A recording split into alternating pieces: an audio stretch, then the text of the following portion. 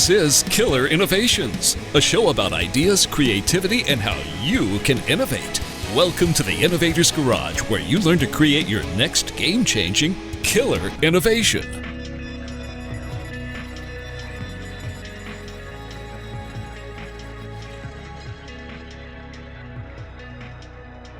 Welcome to Killer Innovations. I'm your host, Phil McKinney. We are back here in the studio in Colorado.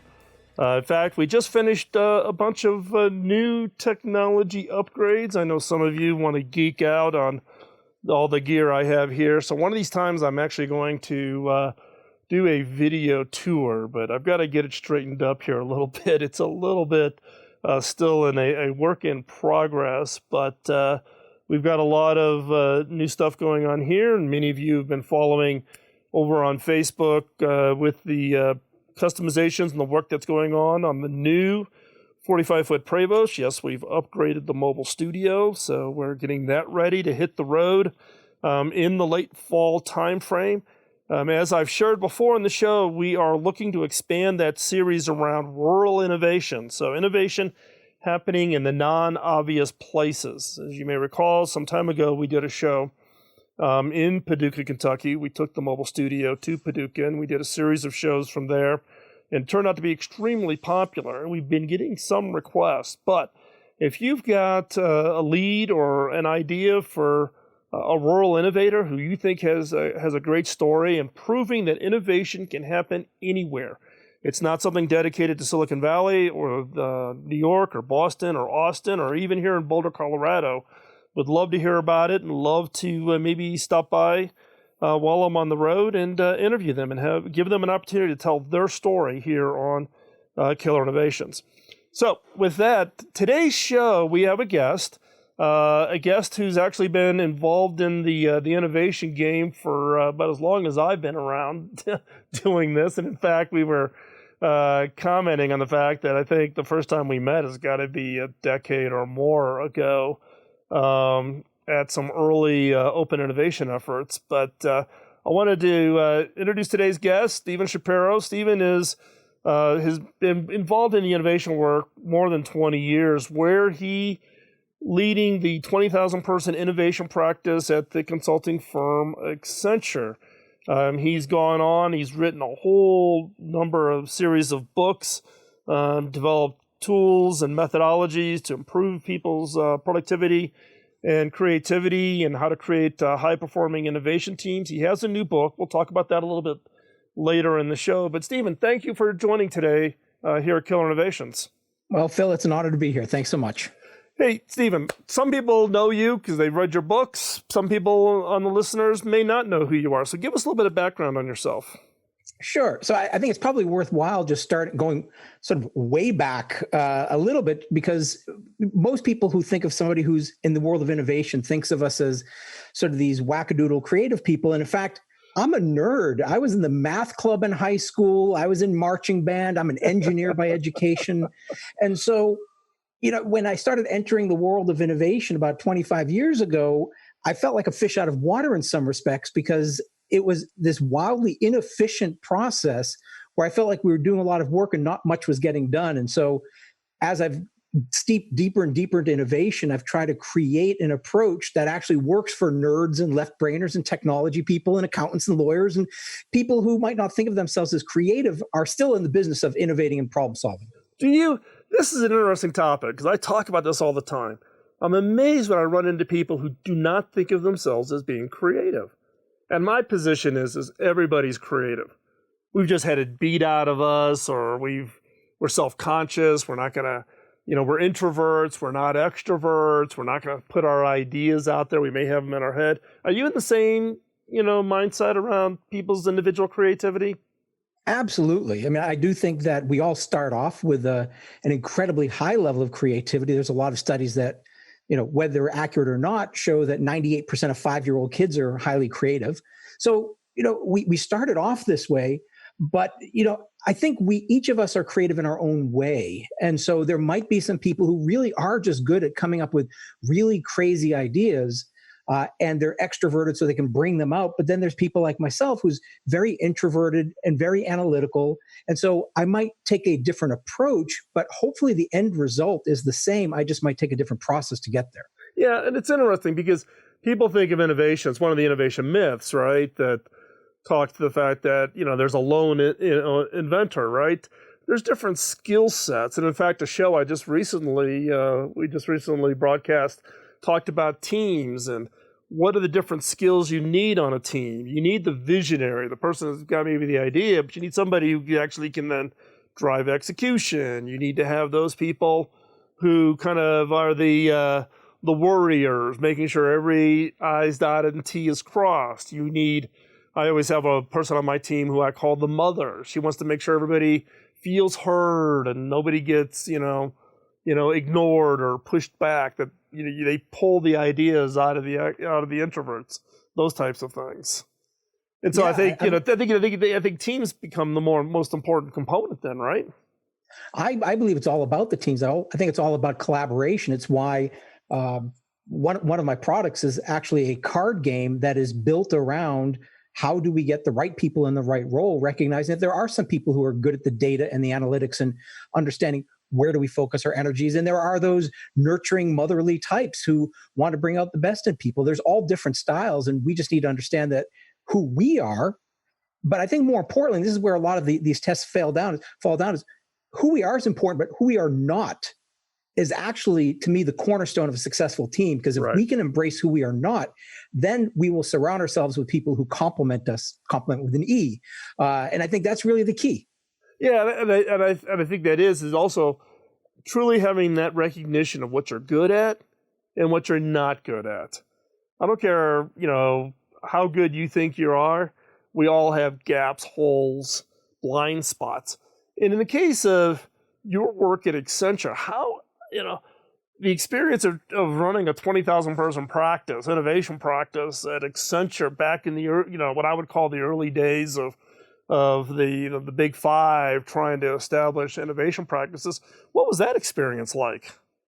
Well, it was excellent. I mean, I have to admit that I actually started my career earlier on with business process reengineering, which in some respects was the opposite of innovation. It's why I got into innovation. Yeah, well, I'll admit, I was at CSC at the time.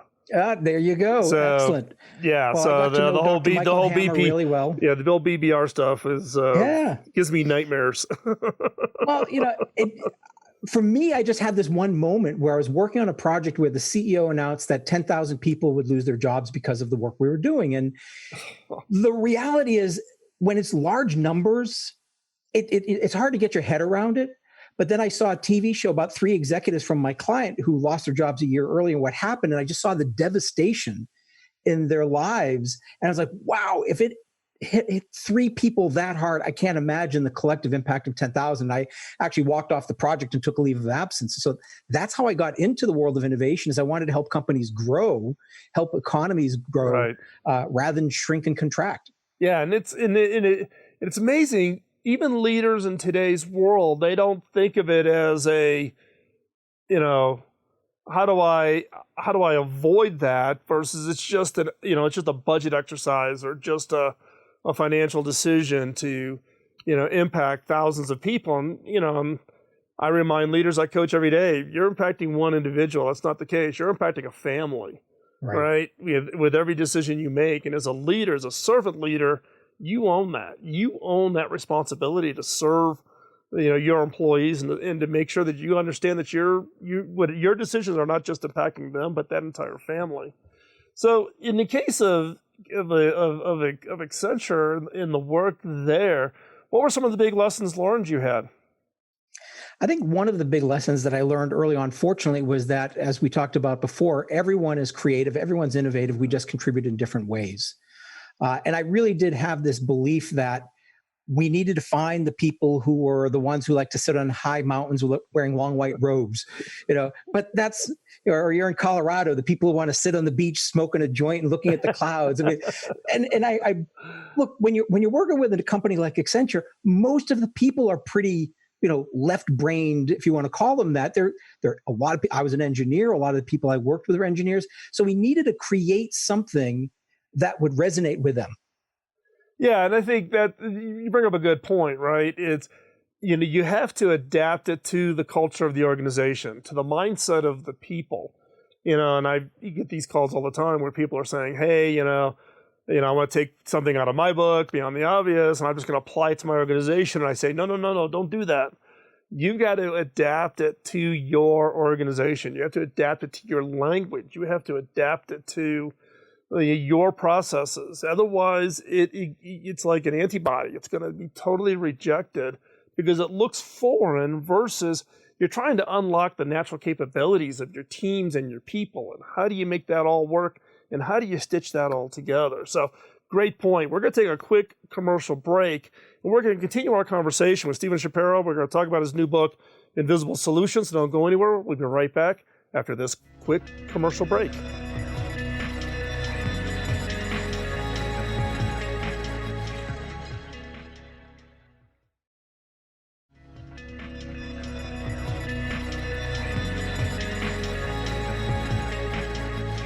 Welcome back to Killer Innovation. So, Stephen, as we were talking about the experience and the work at Accenture, one of the things you were talking about in the last segment was about this personality poker card game, about how do you bring people together to think differently and work together.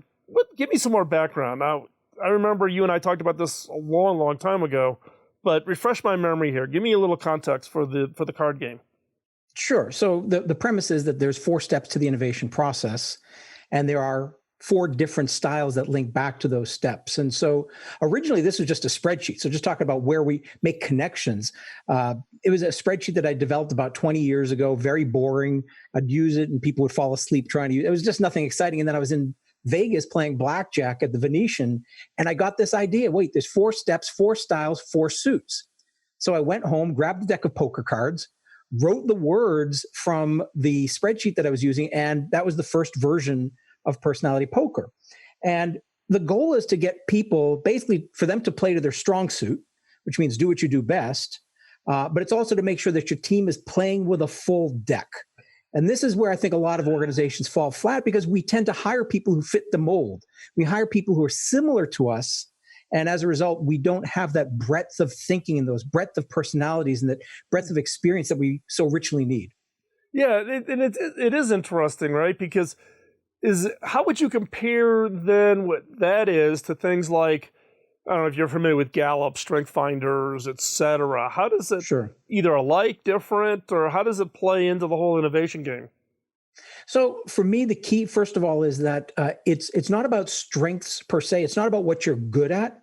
It's what gives you energy. And I think there's a big difference, because we can be good at something, but we need to understand we've learned to be good at a lot of the things that we do well in order to be successful, but it might rob us of our energy. So the game has you reflect on what you do particularly well in terms of what gives you energy.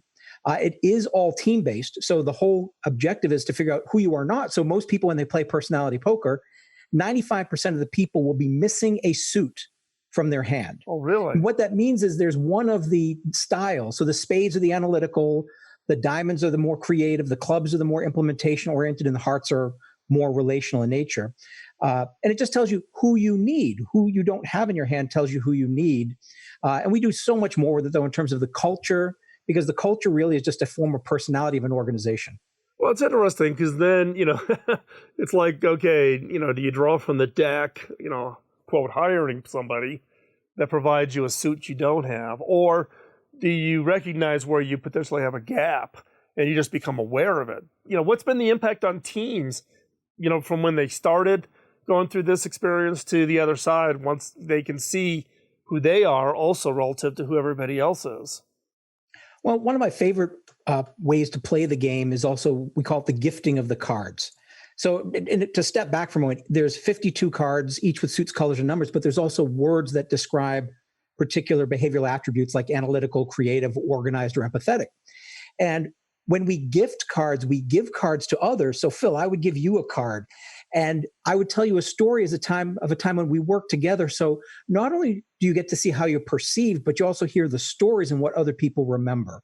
And so it becomes a great and powerful conversation starter inside of organizations. And it helps people align who they are with how others perceive them. Because one of the key things that I think happens is people burn out when people see you differently than you see yourself, because the work you get aligned to and assigned to might not be consistent with what gives you energy. And so it's just a great way to make sure we're doing the work we're meant to do. We have the right team of the right people. And I'll just add one last thing here, which is we talk about the need to have diverse perspectives. The reality is if you have diverse perspectives and you don't have a deep appreciation for what those diverse perspectives bring, you actually create a low performing team. Okay, hold on. I want to drill on that one, right? So run that by me one more time. Now, if your first listen, I would say you're saying diversity may not always be good.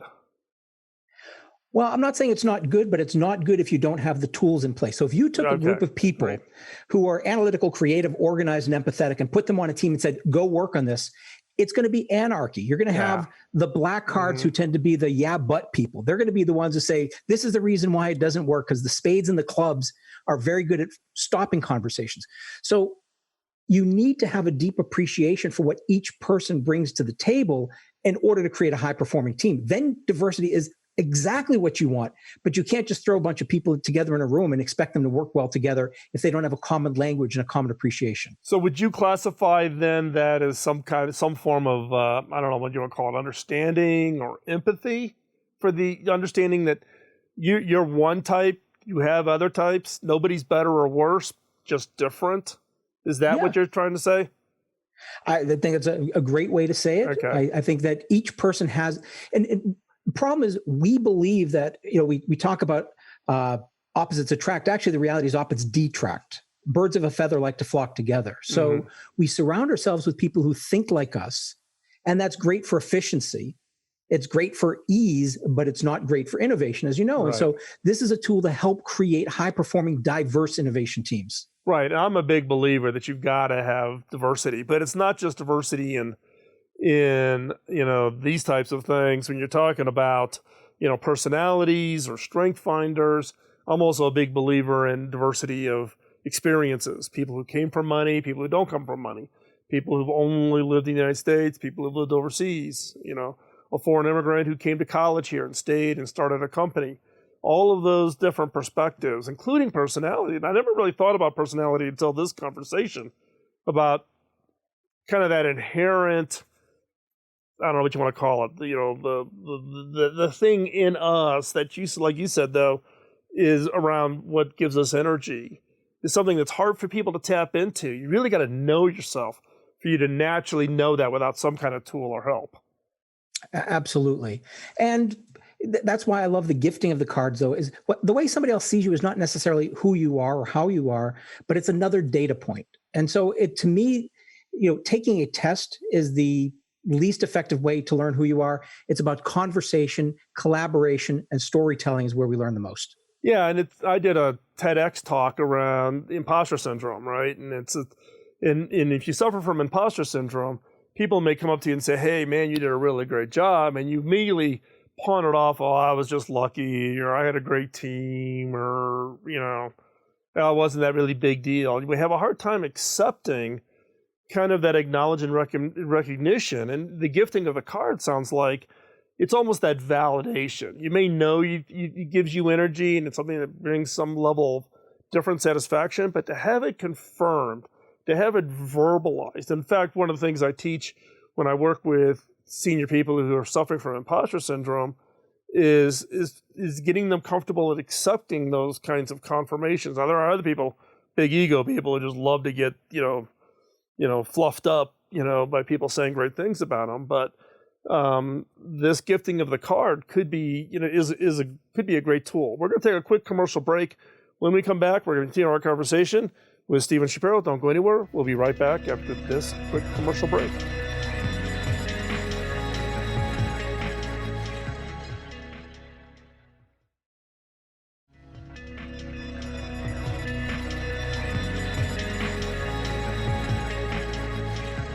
Welcome back to Killer Innovations. We are continuing our conversations with Stephen Shapiro.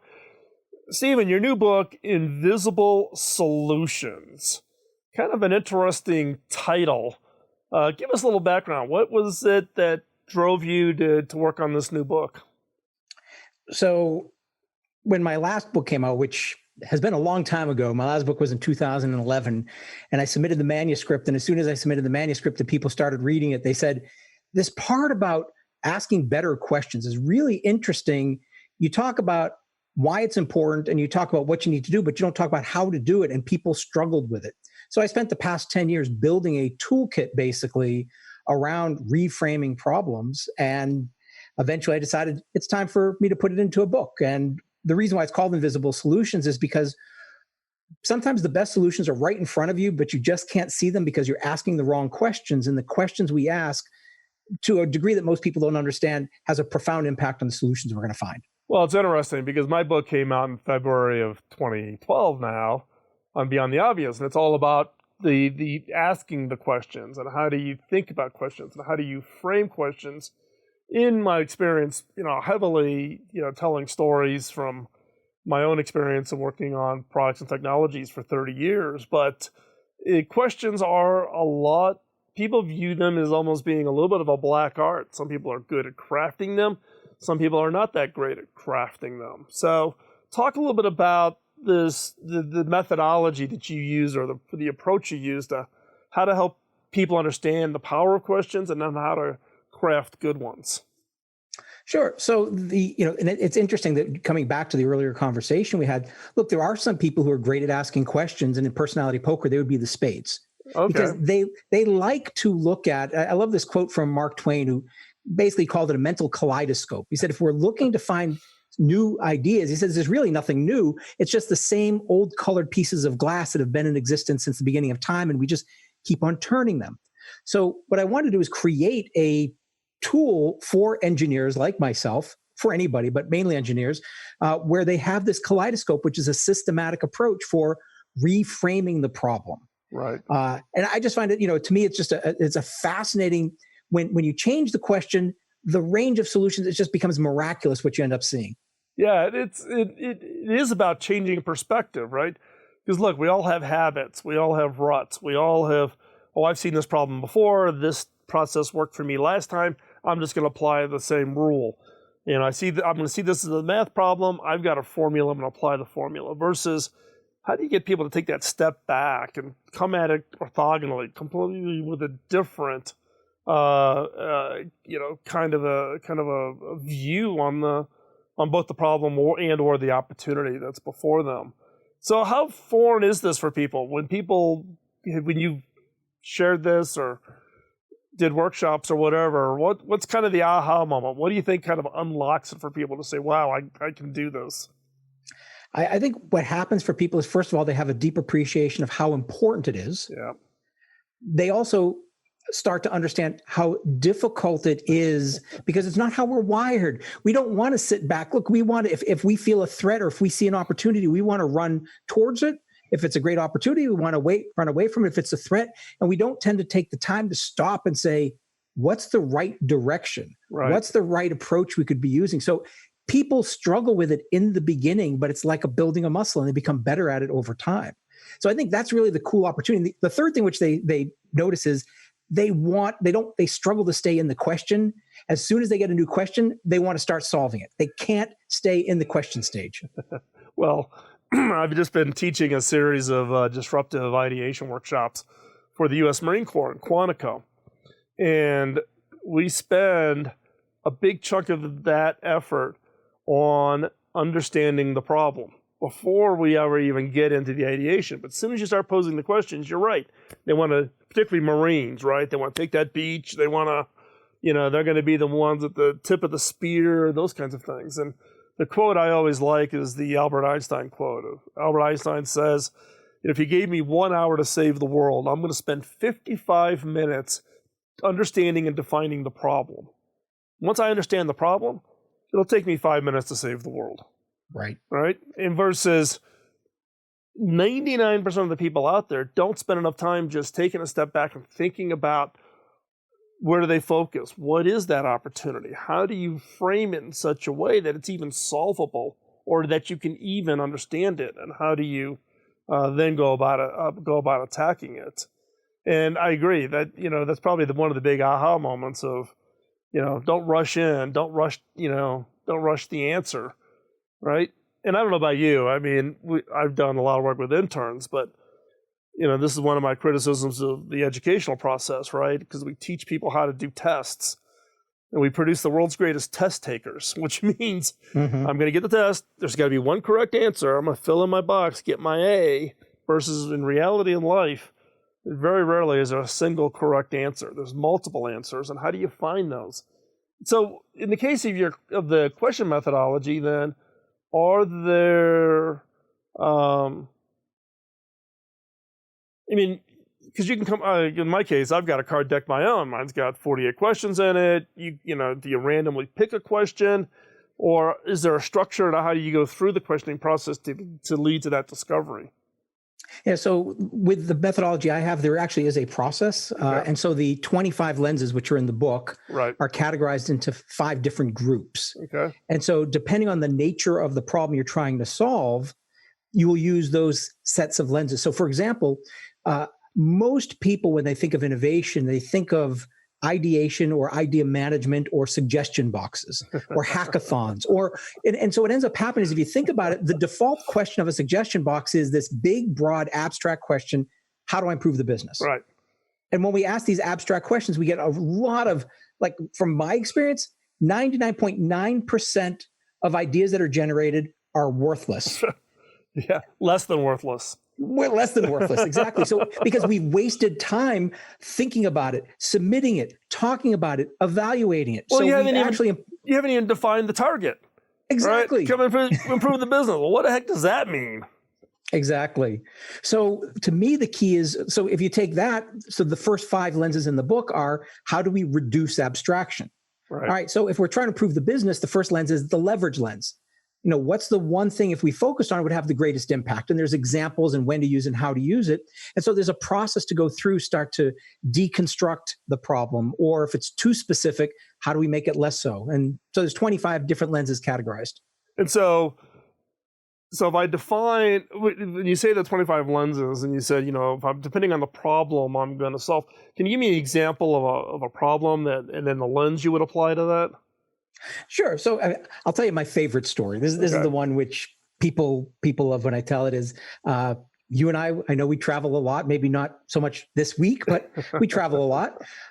And if we're gone for more than a few days, we have to check our bags. And people don't like getting off of a long flight, sitting at baggage claim, waiting for their bags. Mm-hmm. So one of the airports here in the US, they decided they were going to do some analysis. It took a long time, 15 to 20 minutes for the bags to get from the plane to the baggage carousel. So they decided to speed up the bags, cut it in half, 8 to 10 minutes, spent a ton of money, declared success, until everybody still was complaining that it took too long. And so in this case, what they realized is the bags took 8 to 10 minutes to get from the plane to the baggage carousel, but the passengers only took 1 to 3 minutes to get from the plane to the baggage carousel. So instead of speeding up the bags, they slowed down the passengers. They reconfigured the airport so that it would take people 8 to 10 minutes to get from the plane to the baggage carousel. That is an example of the flip lens. Instead of solving for this, we solve for that. Even though they were solving wait time is made up of 2 pieces: the speed of the bags and the speed of the passengers. So that's just one of the lenses.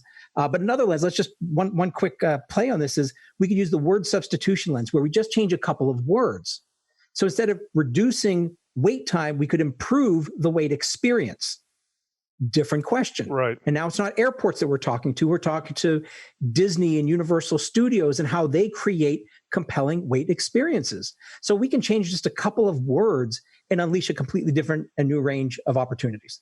That's great. And actually, those are 2 phenomenal experiences. My son works for Walt Disney Company in Orlando, and talk about the amount of thought that goes into changing that wait experience, and just the overall experience, right, is great insight. And those are just 2 of the lenses that are in the book. We're going to take another quick commercial break, but when we come back, Stephen, I'm going to ask you the question about what advice would you give to the listeners when trying to, find their own approach to, or using tools and techniques to unlock their own personal creativity. So don't go anywhere. We're going to be right back after this quick commercial break. You're listening to Killer Innovations on the BizTalk Radio Network.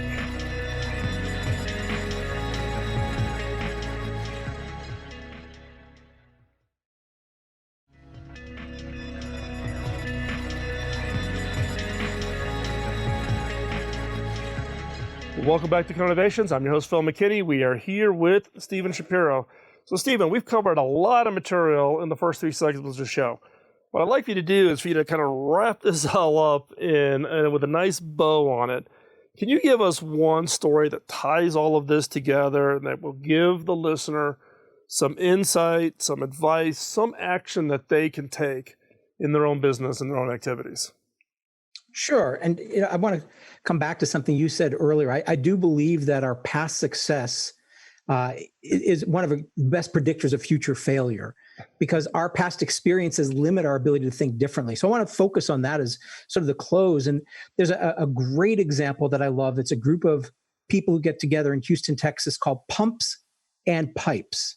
Pumps and Pipes is a group of cardiologists who get together on a regular basis with people from the oil and gas pipeline industry. And, that sounds like, wow, that's a pretty crazy group of people. But actually what they do is they share the movement of a fluid through a tube. And so there's some amazing developments that they have created through these partnerships. So, for example, self-sealing pipelines. We get a paper cut. We don't have to get stitches, don't have to go to the hospital. So gas pipelines are able to build these little coagulant ingredients that seal minor cracks. But my favorite story that comes out of this is... and it just shows the power of collaboration, the power of bringing people with different perspectives, is how a cardiologist was having a problem that an oil pipeline engineer solved. And the story is that we get clots, and if you get a clot in your body, it goes to your brain, you can get a stroke, it can kill you. So this cardiologist is trying to figure out a way, how do we filter out and break up clots? And the oil engineer said, I have exactly the same problem. We call it sludge. And I developed a filter that does exactly that. And so they collaborated, this oil engineer collaborated with this cardiologist, and they developed something called the Greenfield Vena Cava filter that filters out and breaks up clots. And I was just giving a speech recently where someone in the audience came up to me and said, his life was saved because of this invention. Wow. And I think about saying that his life was saved because of an oil engineer, and who would have ever thought that would be possible? And that to me is what's so cool, is when we get those types of collaborations. Well, I think those kinds of random connections. So are you saying then that, because this group exists, right? So are you suggesting then the listeners think about maybe adjacent or industries that have similar problems? They should go find those people? Is that the action? Yeah, I call it a purposeful tangent. How do you spend time with people who aren't in your industry, aren't in your area of expertise? Right. So I'm in the world of innovation, but I spend a lot of time with magicians. Because magicians are really making the impossible possible. They're really understanding how the brain operates. Right. And I just find that that's a really powerful place. And one of the lenses is the analogy lens, to ask who else has solved a similar problem. And sometimes that's the fastest way to find a great solution, is to ask just who else. Well, and I think it also points to the fact that very few innovations are truly start from zero. There's always some kind of an inspiration or some kind of a connection to something that has happened in the past that then became that spark, right? So the fact that this cardiologist shared a problem with a pipeline engineer, and the pipeline engineer goes, well, I've got a similar problem, maybe a path, or at least opens a door to thinking that could lead down a completely different path. The challenge, though, and I'll play devil's advocate here a little bit, is I may not obviously think about those analogies that make sense, right? I don't think I would have, if I was a cardiologist, I would have thought of pipeline engineers, right? How do you take a step back and recognize analogous industries or businesses that could potentially be insightful? How do you, because otherwise I'm thinking, okay, I'm a medical field. I got to look for other medical, versus I step back and I'm really dealing with fluids. I'm dealing with something more fundamental. Well, and I think that it's that. So the analogy lens falls into the increase abstraction, because a lot of times we're very focused on a particular industry or function or area of discipline. Right. And so that's really it, is if we can increase the abstraction, we see those connections. And there are just so many powerful examples of this in action. So, hey, Stephen, I want to thank you for taking the time to join us in today's show. If people want to keep up with what you're up to and what you're doing, if someone on the audience wants to invite you to come speak to their organization, their company, or their event, what is the best way for them, one, to get a hold of you, which I'm assuming is the same way to keep up with what you're doing? I mean, steveshapiro.com is probably the best place. And there you'll find a link to the Invisible Solutions book. And there's a lot of really cool videos we created specifically for the book. So I think people really get a good sense of the content and how it works. And so the book is out now, I'm assuming, right? It is up at Amazon, I'm assuming. Yes. And it's on all the other platforms, digital versions, audio versions, all that kind of good stuff. You and I should get together sometime and talk about publishers and dealing with the publishing industry. And talk about... That's a good innovation conversation. Don't get me started. Stephen, again, I really appreciate you taking the time out of your schedule, particularly given the craziness that's going on a global basis. We've got to not let the disruptions disrupt our ability to innovate our way to solutions that are gonna solve the problems that we're all facing on a global scale. So again, thank you for taking the time and joining us here on Killer Innovations today. Well, thank you, Phil. I appreciate it. Great. As we wrap up today's show, just want to continue to remind you about sending us guest suggestions. We're always looking for good guests that have great stories, authors, speakers, people who are out there as real thought leaders to invite us here or join us here on Killer Innovations. I want to thank you for taking the time out of your busy schedule. Time is precious each and every day, and I appreciate the time you spend with us subscribing and listening to the show. We're just coming up and wrapping up or kicking off season 16 here. That's right, 16. We just finished 15 years of doing this show, starting off as a podcast in 2005. I always enjoy reminding people that we started this podcast before iTunes even existed, which makes it I don't know. I guess we get the gold star for longevity. As you know, we started the show as a way to pay it forward. It's a way for us to give and provide information to you so that you can be more innovative, more creative, and you can go change the world with your ideas. So go out there, change the world, take your ideas. Don't write them just down in the notebook. Get up, get out there, try some experiments, talk with people, and do something. Have a change. You never know. The idea that's running around in your head, the idea that you've read down in your notebook can change other people's lives, just as the pipeline engineer helped the cardiologist that saved another person's life. You may have that magic solution. So go out there and give it a try. With that, we'll talk to you next week here on Killer Innovations. Bye-bye.